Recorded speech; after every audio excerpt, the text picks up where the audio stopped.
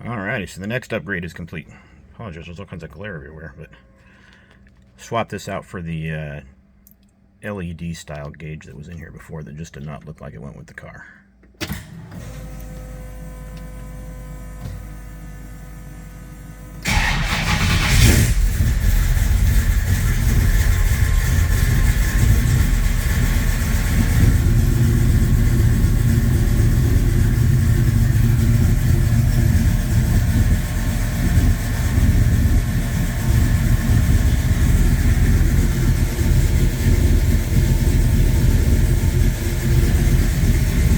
And when you kick on the lights, you got night mode.